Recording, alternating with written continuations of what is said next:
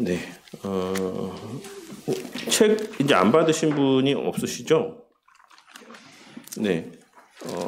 이제 책을 다 보시고 오늘부터 이제 우리가 이 책을 함께 나눌 텐데 책에 있는 내용들 중에서 오늘 이 시간에는 서론에 있는 내용만 함께 보시고 오늘은 좀 마치도록 하겠습니다. 들어가는 말입니다. 들어가는 말의 내용이 똑같은가 모르겠네요. 구판이랑. 네, 어쨌든 책 안 받으신 분 없으십니까? 네. 네. 그래서 앞서 제가 기도를 했던 것처럼 오늘날의 교회가 뭐냐라고 물어보면 뭐 사실 성도들마다 또 사람들마다 각자가 갖고 있는 교회에 대한 정의들이 저마다 뭐 적어도 하나 정도는 있을 거라고 생각합니다. 뭐 그것이 성경적이든 성경적이지 않든지 간에 사실 자기가 교회를 출석하고 교회를 다니고 교회에 속해 있음에도 불구하고 교회가 어떤 곳인지에 대한 어떤 이해나 어떤 인지가 없는 분들은 없을 거라고 생각을 해요. 근데 우리가 생각해 볼 것은 내가 갖고 있는 그 교회라고 하는 공동체 혹은 그 교회라고 하는 단체에 대한 인식이 정말 성경 말씀에 근거한 성경에 대한 그 교회에 대한 이해인가라고 하는 것을 좀 생각해 볼 필요가 있을 거라고 생각합니다. 그래서 우리가 갖고 있는 오해들이 있다면 이 시간들을 통해서 바로 잡아지고 우리가 미처 또 깨닫지 못했던 어떤 또 깊은 교회와 관련된 성경적 가르침들이 있다면 이 시간들을 통해서 교회에 대한 더욱 풍성한 깨달음들이 있는 시간들이 되기를 바라겠습니다. 그리고 들어가기에 앞서서 제가 먼저 좀 말씀을 드리자면 제가 늘 기도하고 또 세워가기를 원하는 교회의 모습이 사실 이러한 교회의 모습이기는 합니다. 예전에도 제가 설교 때 종종 말씀드렸지만 뭐 제가 어떤 물론 아미시 공동체 같이 막 그렇게 별도의 어떤 구별된 공동체의 삶까지를 바라는 건 아니지만 적어도 교회 공동체 구성원들이라고 한다면 늘 서로의 삶에 대해서 관심을 갖고 간섭함이 아니라 정말 관심을 갖고 그들의 삶의 여러 문제들에 대해서 함께 고민하고 또 기도하고 또 그들의 삶의 필요를 서로 채워주기 위해서 애쓰고 이러한 한몸된 교회를 이루어가는 것이 저의 하나의 바람이긴 합니다. 그래서 뭐 목사된 저의 입장에서는 우리 교회 가운데 뭐 어마어마한 부자가 하나 딱 와가지고 뭐 헌금도 많이 하고 막 교회에 막 힘이 되고 이러면야 뭐 목사 입장에서는 또 감사할 수 있겠죠. 근데 저는 한 번도 그런 기도를 여태까지 해본 적이 없습니다. 항상 주님께서 보내주시는 성도들이 잘 어울리고 또 서로를 배려하고 정말 한 몸으로서의 교회를 이루어갔으면 좋겠다라는 어떤 그러한 하나님 앞에서의 기도를 할 뿐이지 정말 어떤 내노라 하는 사람들이 와서 정말 교회가 막 그렇게 의리의리하고 번듯하게 막 세워져 갔으면 좋겠다라는 어떤 그런 바람들을 하나님 앞에 기도해 본 적은 없다라는 것을 좀 기억해 주시고 이런 내용들을 통해서 우리 성도님들의 마음 가운데도 그런 교회를 세워갔으면 우리가 그런 교회로 세워져 갔으면 하는 바람들이 우리 성도님들의 마음 가운데 생겨났으면 좋겠습니다. 네, 먼저 이제 첫 페이지 보시면 들어가는 말에 보시면 교회론이라고 하는 말을 처음 들으면 괜히 좀 딱딱한 말처럼 들릴 수 있죠. 왜냐하면 이게 조직신학 용어이기 때문에 그렇습니다. 그래서 뭐 신론, 인간론 뭐 이렇게 쭉 이어지는 어떤 그러한 과정 속에서의 종말론 전에 교회론이 이렇게 자리하고 있는데 어떤 그러한 하나의 조직신학의 한 분과로서의 어떤 학문으로 우리 가운데 다가올 수도 있다라고 생각을 합니다. 그래서 뭐 이 교회론 이런 거는 뭐 목사님들이나 공부하면 되지, 신학교에 다니는 신학생들이나 공부하면 되지라는 것으로 생각할 수도 있을 것이다라고 생각을 합니다. 마치 우리의 실생활과는 아무 상관이 없는 어떤 뜬구름 잡는 이야기인 것처럼 그냥 현실을 전혀 고려하지 않는 어떤 막연한 되게 원론적이고 이상적인 이야기들을 다루고 있는 어떤 학문인 것처럼 이해할 수 있다는 것이죠. 그런데 이 교회론이야말로 우리의 신앙생활에 있어서 가장 중요하고 밀접한 어떤 관계를 갖고 있는 학문이다. 어떤 배움의 내용이다라고 하는 것을 우리가 꼭 기억해야지만 되겠습니다. 교회는 우리가 다른 일상의 삶을 살다가 잠시 종교 활동을 하는 단체 혹은 그런 건물을 지칭하는 용어가 아닙니다. 교회는 그리스도 안에서 그리스도를 머리로 하여 한 몸 된 우리 자신이다. 이 뒤에서도 이제 이런 이야기들을 말씀을 드리겠지만 우리가 만약에 우리 성도님들이 만약에 정말로 거듭난 것이 맞다라고 한다면 그러니까 제가 뭐 거듭났다 안 났다 이런 걸 말씀드리는 게 아닙니다. 그러니까 성령 하나님의 역사를 통해서 성도님들이 그리스도께 접붙임 받은 것이 맞다라고 한다면 그 순간부터의 우리 성도님들 그 자체 그 자신이 다 교회가 된 것입니다. 교회적인 삶을 사는 존재가 된 것이죠. 이것은 어떤 단계적인 문제가 아니에요. 우리가 교회가 되는 것 그 자체는 교회가 된 모습이 발현되어지는 것은 점진적일 수 있지만 우리가 주님의 몸된 교회가 되는 것 그 자체는 단회적인 것이고 즉각적인 것입니다. 그래서 거듭난 자는 모두가 다 교회다라고 하는 사실을 꼭 기억을 하셨으면 좋겠습니다. 교회는 그리스도 안에서 그리스도를 머리로 하여 한 몸 된 우리 자신입니다. 우리 신자들은 믿음으로 성령님을 통해 그리스도와 합한 존재입니다. 이 그리스도 안에 거하는 새로운 존재가 바로 교회, 에클레시아라고 부르는 그 단체라고 할 수가 있죠. 교회는 우리 주 예수 그리스도 안에 그분과 합한 초월적인 존재이기 때문에 그리스도의 모든 것으로 늘 충만합니다. 또한 교회는 만물의 주가 되신 예수 그리스도를 머리로 한 존재, 곧 그분의 다스림을 받는 존재이기 때문에 이미 하나님 나라에 들어가 천국의 복을 누리는 존재들입니다. 교회는 그리스도 안에 거하는 신자들 그 자체이며 하나님 나라의 현시입니다. 바로 여기에 교회의 영광이 있습니다. 라고 이야기하고 있습니다. 그래서 이 내용과 관련해서 우리 교회에 얼마 전에 오셨던 우리 송영재 교수님이 그런 말씀하셨어요. 신약시대 성도들은 미래에서 현재를 살아가는 그러한 존재들이다. 제가 정확하게 그 표현을 제대로 못했는데 어쨌든 우리의 존재적인 본질은 이미 미래에 가 있고 그 영광의 자리에 가 있고 그곳에서의 지금의 현세의 삶을 살아가고 있는 존재들이다. 그곳을 지향하며 살아가는 존재가 아니라는 의미입니다. 무슨 말인지 아시겠죠? 그 천국에서의 삶을 지향하며 살아가는 존재들이 아니라 이미 그곳에서의 영광된 삶을 누리는 존재로서의 현재적인 삶을 살아가는 존재들이다라는 것을 이제 말씀하고 있는 것이죠. 그래서 우리가 계시록 말씀에 보아도 요한 사도가 이제 보았을 때 그 보좌 위에 둘러진 그러한 하나님 보좌 주변의 모습에 대한 묘사들이 바로 신구약을 통틀어 하나님의 택하신 자들의 이미 그 자리에 앉아 있는 모습에 대한 묘사입니다. 그래서 우리의 자리, 우리의 존재적인 본질은 우리의 거듭난 그 순간 그리스도 안에서 그 주님 계신 영광의 보좌 그 우편 그 주변이 우리의 이미 허락된 자리다라고 하는 것을 꼭 기억하시기를 바라겠습니다. 교회가 만일 이런 것이다라고 한다면 다음 페이지에 우리가 믿음의 사람으로서 살아가는 모든 삶은 교회적 삶일 수밖에 없습니다. 우리는 이미 그리스도와 합했고 이거에 대해서 부정하시는 분 없잖아요. 이미 그리스도와 연합됐다라는 사실에 대해서 부정하시는 분이 있습니까? 그렇지 않죠. 그래서 이미 수직적인 차원에서 그리스도와 한 몸이 되었고 또한 그로 말미암아 서로와 합한 수편적 차원에서의 공동체를 이룬 초월적 공동체적 존재이기 때문입니다. 라고 이야기를 하고 있어요. 그래서 앞서도 말씀드렸던 것처럼 우리가 거듭난 그 즉시 우리가 주님을 우리의 구주로 영접하게 된 그 즉시 우리는 우리에게 있어서 더 이상 우리의 개인의 삶이라는 것은 존재한다, 존재하지 않는다? 존재하지 않습니다. 그렇기 때문에 우리의 모든 문제가 다 교회적인 문제예요. 제가 우리 지금 오늘 우리 조성진 오지영 청년이 이제 결혼 처음 해갖고 첫 명절이라서 본가에 내려갔거든요. 본가에 가서 이제 부모님 교회에서 같이 예배드리고 또 인사드리고 하느라고 오늘 갔는데 제가 이제 우리 조성진 오지영 청년 주례를 하면서도 그 전에 말씀드렸던 것이 이제 그러한 내용들이었습니다. 이제 더 이상 우리에게 있어서 개인적인 문제는 존재하지 않는다.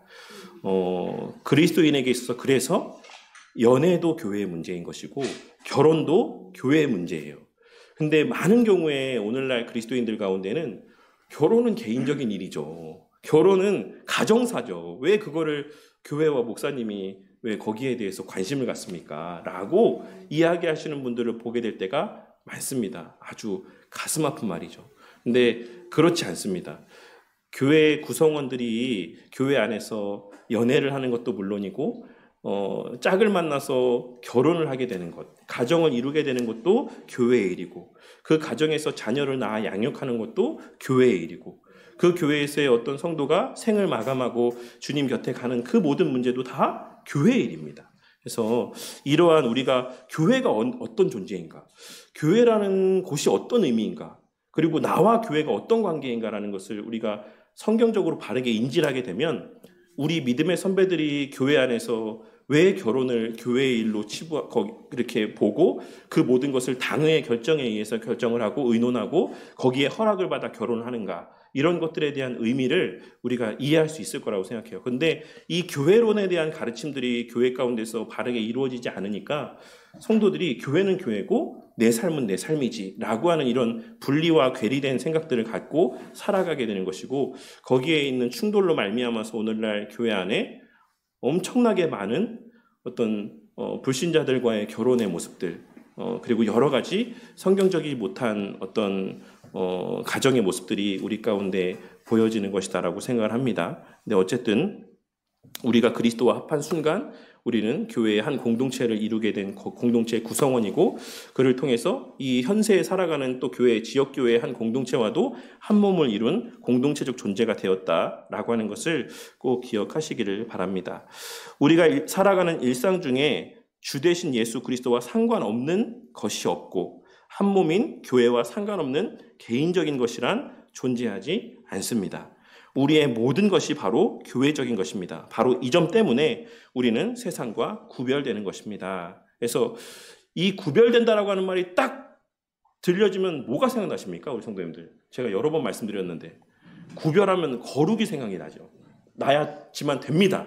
왜냐하면 거룩이라는 표현 자체가 구별되다라는 의미를 지니고 있기 때문에 우리가 일반적으로 거룩한 삶이라고 하면 뭔가 되게 개인적인 것으로 생각하는 경우들이 많이 있어요.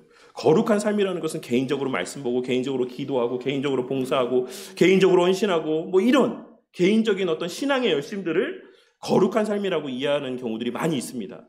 그런데 이 거룩의 기초는 어디에 베이스를 두고 있는 거냐면 그리스도와의 연합의 기초를 두고 있는 거예요. 필연적으로 거룩은 공동체성이 담보된 상태 안에서의 발현되어지는 것입니다. 그러니까 개인적으로 나 말씀 보고 내 신앙의 열심 가운데 살아가며, 오늘 설교 때도 말씀드렸지만 내 열심에 봉사하느라 누군가를 실족하게 하고 공동체를 배려하지 않는 모습은, 그것이 아무리 그 자신에게는 열심 있는 신앙의 모습이라고 할지라도 하나님 보실 때에는 그것은 전혀 거룩하지 않은 삶의 모습일 수밖에 없는 거예요. 아시겠죠? 왜? 그 거룩의 기본 베이스는 공동체성에 있고 그리스도와 연합 가운데 있고 교회의 일치됨과 한몸됨에 있기 때문에 그렇습니다. 그런 내용들을 말씀하고 있다라고 할 수가 있어요. 바로 이 점 때문에 우리가 세상과 구별되는 것이다 라고 하는 것. 그래서 뭐 남남이었던 자들이 교회 안에서 한 몸을 이루고 한 형제 자매가 되어서 정말 그래, 이게 되게 조심스러운 말인데 막 내 가족보다 내 혈육보다도 막 더 사랑하고 더 섬기고 막 이런 모습을 나타내 보이며 살아가는 이 삶의 모습, 이러한 것이 세상이 이해하지 못하는 교회의 모습이다라고 할 수가 있는 거예요. 야, 뭔데 저 사람이 뭔데 너 저렇게까지 그 사람을 위해서 막 기도하고 눈물을 흘리고 막 네 모든 거를 막 내어주고 막 이래. 이런 모습들, 그것이 바로 세상이 이해하지 못하는 교회의 본질적인 모습 가운데 하나다. 그러한 것이 또한 하나님 보실 때의 하나의 거룩의 모습이다라고 하는 것을 꼭 기억하시기를 바랍니다. 그러므로 우리의 존재와 일상적인 삶 모두가 교회적입니다. 교회론, 즉 교회의 기원과 존재가 무엇이고 교회적 삶이 무엇인지를 아는 것은 우리 자신을 아는 것이며 우리의 삶에 대해 논하는 것이다라고 할 수가 있습니다. 왜 그렇습니까?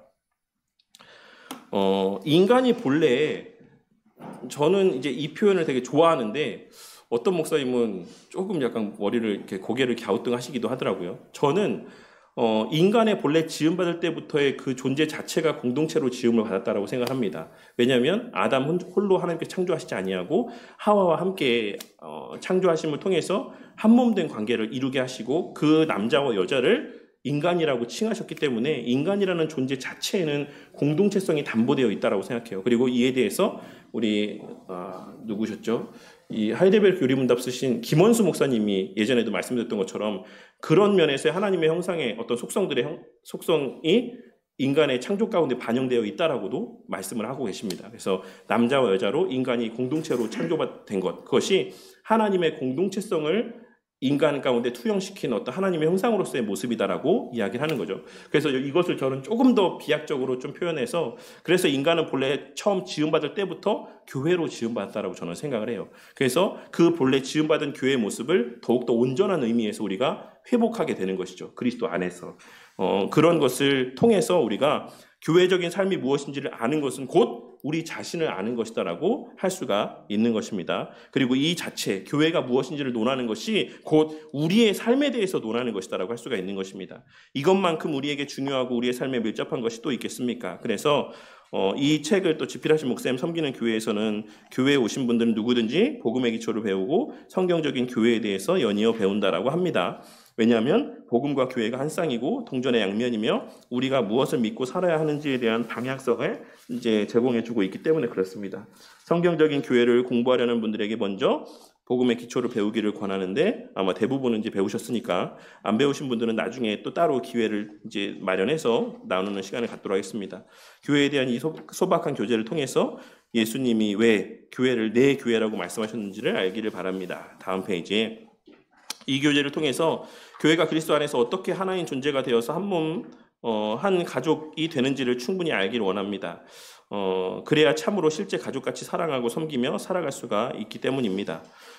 교회에서 생활할 때 한 몸, 한 가족으로 사는 삶의 자세와 방법도 잘 알기를 바랍니다. 왜냐하면 많은 분들이 어떻게 하는 것이 머리이신 주님이 기뻐하시는 교회적인 삶인지를 몰라서 그렇게 살지 못하기 때문입니다. 교회가 한 몸이고 그에 속한 모든 신자가 지체이기 때문에 모든 신자가 지체로서 자기 역할을 잘 감당하고 봉사일을 해야지만 교회가 온전히 세워진다는 것을 잘 알기를 바랍니다.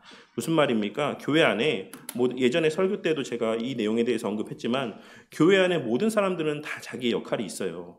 그것이 어떤 역할이고 어떤 외적으로 보기에 큰 역할이든 작은 역할이든 그런 것을 떠나서 모든 자들은 교회 안에서의 자기가 감당해야 될 몫이 있습니다. 그것을 말씀하고 있는 거예요. 왜냐하면 우리가 교회를 그리스도의 몸이라고 했을 때 이 우리의 몸이라고 하는 육신도 하나의 어떤 하나님께서 우리에게 교회를 알려주시기 위한 은혜의 어떤 일반은총적인 방편이라고 보실 수 있습니다. 그래서 우리 몸 가운데 쓸모없는 부위가 한 부분도 없는 것처럼, 옛날에는 어른들이 막 그런 얘기 많이 했거든요. 맹장은 쓸데없어. 맹장 다 떼어버려야 돼. 라고 이렇게 이야기하시는 분들이 있었는데, 제가 최근에 어떤 의학지 논문집이라고 그러나요? 학술지에 게재된 내용들을 보니까 그 나름도 맹장도 또 나름의 역할들이 있다라고 하더라고요. 그러니까 우리 몸에서 우리가 보기에는 이거 쓸모없어.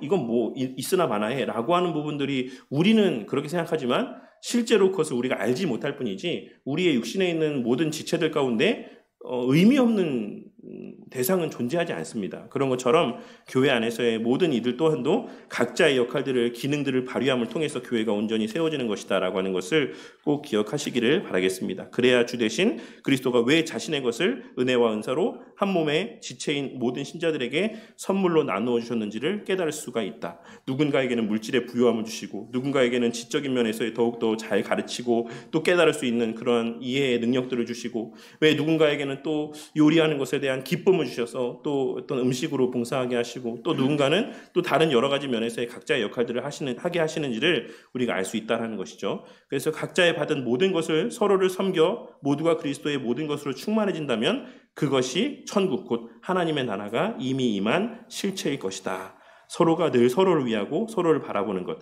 이게 누구의 삶이 이렇죠? 누구의 삶이 이렇습니까? 성삼위 하나님의 존재가 이렇습니다. 성삼위 하나님의 존재가 늘 서로를 향한 존재예요. 그리고 늘 서로를 향하고 서로를 위하고 서로를 사랑하고 서로를 섬기는, 자기의 것을 자기의 것으로 여기지 아니하고 언제나 서로의 것으로 이렇게 여기는 모습이 성삼위 하나님의 모습이고, 그것이 교회에 추구해야 될 본질적인 모습이 되어야 된다는 것을 말씀하고 있는 것이고, 그 모습이 초대교회 때 사도행전에 기록된 자기의 것을 그 누구도 자기의 것으로 여기는 자가 없다라고 말씀하시는 어떤 교회의 본질적인 모습이다라고 할 수가 있는 것입니다. 이 교제를 통해 교회의 여러 직분은 머리 되신 주님이 교회에 주신 선물이라는 것을 잘 알길 바랍니다. 목사의 진리를 통한 다스림과 여기에 장로라고 같이 표시가 되어 있는데 성경에 기록된 엄밀한 직분은 사실 장로와 집사밖에 없습니다. 목사도 가르치는 장로로서의 이제 역할을 감당하는 것이고, 일반 장로는 이제 치리하는 어떤 그런 장로를 이야기하고 있는 것이죠. 집사의 구제를 위한 어떤 섬김이 얼마나 교회를 충만하게 하고 온전하게 하는지 드디어 우리가 이해할 수가 있을 것입니다. 교회의 직분이 제대로 기능할 때 교회는 참된 교회의 특징인 말씀과 성례와 권징을 제대로 전하고 시행할 수 있다라고 하는 것을 잘 알기를 바랍니다. 복음의 진리를 순전하게 전포하고 가르치며 주님이 제정하신 성례인 세례와 성찬을 합당하게 거행하고 죄와 싸우고 거룩한 교회를 세우기 위해 권징을 신실하게 시행한다면 교회는 온전하게 될 것입니다. 예수 십자가 복음을 듣고 회심할 때, 그리고 그 믿음의 열매가 분명하게 나타낼 때 비로소 교회의 회원이 됩니다.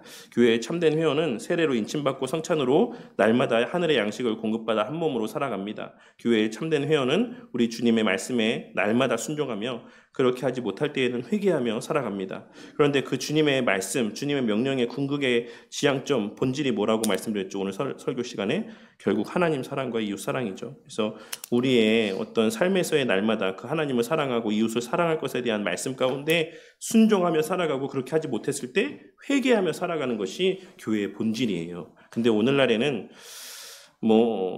우리 성도님들에는 그렇지 않겠지만, 예를 들어서 제가 그럴 일은 없겠지만 주일에 예배 인도하러 왔는데 막 술 냄새가 막 풀풀 나고 막 이렇게 왔어요. 그러면 어떻게 생각하시겠습니까? 우리 성도님 보셨을 때, 와, 우리 목사님 이제 끝났구나. 우리 목사님은 이제 안 되겠다. 이렇게 생각하지 않겠어요? 목사도 아니다. 이런 생각을 하시겠죠. 근데 제가 또 이것도 그럴 리 없겠지만, 제가 막 누군가를 미워하고 누군가에 대해서 험담을 할 때 과연 우리 성도님들이 그 정도의 반응을 보이실까? 그러진 않을 거라고 생각해요. 그러니까 제가 말씀드리고 싶은 요지는, 우리가 정말로 금하고 두려워하고 조심해야 될 것이 분명히 있음에도 불구하고 그렇지 않은 모습에 대해서 더 민감하게 반응하는 우리 성도님들의 모습을 보게 될 때가 있어요.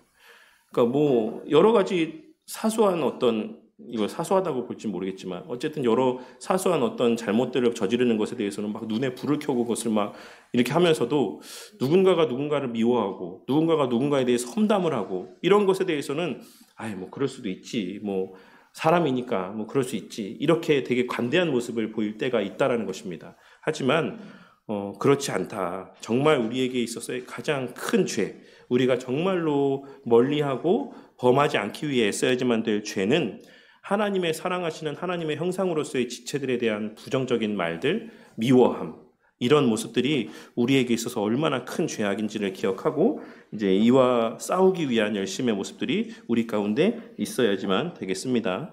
만일 복음의 진리에 순종하기를 거부하고 교회를 부정하거나 대적한다라고 하면 권징을 통해 회복되어야지만 합니다. 이 복음의 진리는 결국 그리스도께서 우리를 위하여 죽으시고 교회를 피값으로 사시고 그 교회를 향한 사랑을 나타내 보이시고 그 사랑을 서로 실천하고 행하라는 어떤 진리라고 보시면 돼요. 근데 이렇게 교회에서 요구하는 진리에 순종하지 않는다. 다른 이들에 대해서 험담하지 말아라. 다른 이들에 대해서 미워하는 마음을 품지 말아라. 라고 하는 어떤 권면들에 대해서 순종하지 아니하고 끝까지 이제 그 완고함을 버리지 아니하고 그 악독한 마음을 버리지 않는다라고 했을 때에는 반드시 권징을 통해서 회복될 필요가 있다. 그것이 얼마나 하나님 앞에서의 큰 죄악인지를 이렇게 나타내 보일 필요가 있다라고 할 수가 있는 것입니다. 이렇게 행하는 교회여야지만 온전하다라고 말할 수가 있는 것입니다. 이 교제를 통해 교회의 직분은 이 같은 온전한 교회를 이루고 죄와 싸우며 거룩하고 충만한 교회로 존재하기 위해서도 꼭 필요하다는 것을 잘 알길 바랍니다. 그래서 교회의 거룩함은 뭐다? 무엇에 기초한다? 사랑에 기반한 한몸됨에 이제 기초한다. 공동체를 이룸에 기초한다. 그래서 교회가 가장 지향하고 우리가 두려워하고 우리가 염려해야 되는 것은 뭐다? 그 교회의 한몸됨이 깨어지는 것. 이것과 관계된 죄가 가장 큰 죄고 간구할 수 없고 묵과할 수 없는 죄다라는 것을 꼭 기억을 하시기를 바랍니다. 이렇게 교회가 복음의 진리로 충만하고 순종과 권징으로 거룩해질 때 교회는 그 사명을 잘 감당할 수 있다. 당연한 거 아닙니까? 교회는 그렇게 따라올 수 있는 사람은 따라오고 못 따라오는 사람은 제끼고 뭐 버리고 할 수 있는 사람만 이렇게 해서 하자. 이런 곳이 교회가 아니에요. 그런 곳은 우리가 뭐라고 이야기하냐면 선교단체라고 이야기합니다. 선교단체는 어떤 하나의 가치와 목적에 부합되는 사람들끼리 모여있는 곳이 선교단체예요. 그래서 거기에 따르지 못하고 순응하지 못하는 사람들은 그냥 제끼고 그냥 그 부합되는 사람들끼리만 그 목적 중심의 삶을 살아가는 곳이 선교단체입니다. 그게 교회와 선교단체의 가장 큰 차이점이에요. 교회는 그렇지 않습니다. 교회는 여러 모습의 여러 모양의 성도들이 한 몸을 이루어서 주에 맡기신 사명을 감당하는 거예요. 좀 더디다라고 해서 그 사람 제끼고 가는 게 아니라 좀 더딘 사람이 있으면 그 사람의 템포에 맞추어서 조금씩 더디게 성장하며 그렇게 주에 맡겨진 일들을 감당하는 것이 교회의 모습이다. 그런 교회들만이 하나님께서 말씀하신 그 맡기신 사명들을 온전히 감당할 수가 있다. 교회가 온전해질 때 교회의 세 가지 사명인 예배, 양육, 선교를 다 온전히 감당할 수 있다는 것을 잘 기억하시기를 바랍니다. 우리 주 예수 그리스도는 이 교회를 통해 하나님의 나라를 누리게 하십니다. 또한 교회를 통해 우리를 악한 세력부터 보호하시고 인도하시며 이 세상에서 사명을 감당하게 하십니다. 이 교제가 이런 교회의 복을 마음껏 누리는데 한 몫을 할 수 있기를 기도합니다. 라고 이야기를 하고 있습니다. 그래서 이 마지막 단락에 있는 말씀들과 관련해서 첫 번째, 교회를 통해 하나님 나라를 누리게 하신다라고 했을 때 본회퍼라는 목사님은 이런 말씀했어요. 본회퍼 목사님 물론 우리랑 신앙의 색깔들이 좀 다르긴 하지만 오늘날 사람들이 제일 좋아하는 목사님 중에 한 분이죠. 예전에도 말씀드렸던 것처럼 본회퍼 목사님이 했던 유명한 말씀, 미친 각인가 그 열차를 운행하는 것을 가만히 보고 있을 수 없다. 그것을 끄집어내야 된다라고 하는 이런 말씀을 했죠. 본회퍼 목사님이. 그 보네포 목사님께서 하신 말씀 중에 유명한 말씀이 그리스도 안의 형제, 이런 공동체적인 삶을 살아가는 것이 은혜 중에 은혜다라고 이야기를 했습니다. 이러한 서로의 존재를 통해서 교회는 성도들은 하나님의 임재를 경험한다라고 했어요. 하나님의 임재는 우리가 막 기도할 때 막 성령 하나님이 갑자기 막 거기에 임해가지고 막 몸을 부르르 떨고 막 뜨거운 무슨 감정들이 솟아남을 통해서 하나님의 임재를 경험하는 것이 아니라 그 하나님의 임재는 교회 공동체에서의 서로의 존재를 통해서 그 하나님의 임재를 우리가 경험하는 것이다라고 이야기를 하고 있습니다. 그리고 형제를 위한 나의 희생이 곧 하나님 그리스도를 위한 나의 사랑의 표현이다라고 이렇게 이야기를 했어요. 그리고 칼빈 선생님은 우리가 잘 알고 있는 것처럼 교회 밖에는 구원이 없다라고까지 이야기를 했습니다. 이런 표현의 의미를 꼭 기억을 하시고 이 시간들 가운데 교회가 어떤 곳인가, 그리고 우리 교회가 어떤 교회가 되어 가야 할 것인가라고 하는 분명한 인지와 자각이 우리 마음 가운데 생겨나므로 그렇게 우리 교회가 하나님 말씀에 기초하여 하나님 기뻐하시는 교회로 이렇게 세워져가는 은혜가 있기를 바라겠습니다. 네, 짧게 하기로 했는데 뭐 엄청나게 짧지는 않았네요. 네, 그래서 이렇게 하고 다음 주부터 이제 나눠드렸으니까 챕터 1챕터 이제 읽어오시고 다음 주에 1챕터 내용을 함께 나누도록 하겠습니다. 제가 기도하고 마치도록 하겠습니다. 하나님 감사합니다. 참 많은 부족함이 있고 또 흠이 있고 연약한 자가 주님의 또 베푸신 은혜 안에 목사가 되어서 또 주의 몸된 교회를 개척하고 또 교회를 세워가게 하여 주심에 감사를 드립니다. 주께서 저의 부족과 연약을 아시기에 또 때마다 이렇게 좋은 성도님들을 교회 가운데 보내어 주셔서 각자에게 주신 하나님의 은혜로 교회를 섬기며 그렇게 한 마음으로 주의 몸된 교회를 세워가게 하시는 줄 압니다. 교회가 목사의 교회가 아님을 늘 명심하고 살아가는 저 자신과 우리 성도님들이 되게 하여 주시옵소서. 교회는 주님의 몸이고 그리스도를 머리로 둔 공동체입니다. 그렇기에 교회의 모든 가치의 판단의 기준은 기록된 말씀이 되어야 하고 그 말씀의 요지는 곧 하나님 사랑과 이웃 사랑에 있음을 명심하고 살아가는 자들 되게 하여 주셔서 우리 교회 안에서의 논의되고 고민하고 추진하고 추구하는 모든 일들이 결국 하나님을 사랑하고 형제를 사랑하는 그 마음의 동기가 되고 또한 그것이 목적이 되어 결정되어지고 의논되어지는 일들이 될 수 있도록 은혜를 베풀어 주시옵소서. 그렇게 교회에서의 추구하는 모든 일들이 결국 형제의 연약함을 채우고 형제의 부족함을 온전하게 하는 데에 집중되어지게 하여 주셔서 우리 교회가 조금은 느릴지라도 단 한 명의 소외되는 자도 없이 그렇게 함께 그 주의 은혜를 누리며 함께 자라가는 주의 몸된 교회 공동체가 되도록 은혜 베풀어 주시옵소서. 명절입니다. 하나님, 가족들 간에 또 즐거운 교제의 시간들을 누리고 만끽하게 하시고 또 이러한 가족의 의미를 되새기는 이러한 명절의 때에 다시 한번 우리가 그리스도 안에서의 한 가족이 되었다라는 것이 어떤 의미인가를 되새겨 볼 수 있는 은혜가 있게 하여 주셔서 우리 교회 공동체가 그저 주일에만 잠깐 얼굴 보고 헤어지는 1년이 가고 2년이 가도 여전히 서먹함이 남아있는 그런 교회가 아니라 정말로 속 깊은 이야기까지도 함께 나눌 수 있는 그러한 돈독한 관계를 또 영위해 나아갈 수 있는 우리 교회 공동체가 되게 하여 주시옵소서. 또한 각자의 가정들마다 고륙들 가운데 아직 주를 알지 못하고 믿지 아니하는 자들이 있는 줄 압니다. 이런 명절의 때에 특별히 우리의 그 형제들을 또 가족들을 돌아보며 기도할 수 있는 마음들을 갖게 하여 주셔서 주께서 말씀하신 것처럼 그 형제를 돌아보지 아니함으로 그 고륙들을 돌아보지 아니함으로 하나님 앞에 더욱 악한 자라 여김받는 자들이 우리 가운데 단 한 사람도 없도록 자비와 긍휼을 베풀어 주시옵소서. 언제나 우리의 삶의 시간들 가운데 주님의 공급하여 주시는 은혜로 말미암아 날마다 더욱 세상과의 구별된 그리스도인의 삶을 살아가게 하실 줄 믿사오며 이 모든 말씀 우리 주 예수 그리스도의 이름으로 기도드렸습니다. 아멘.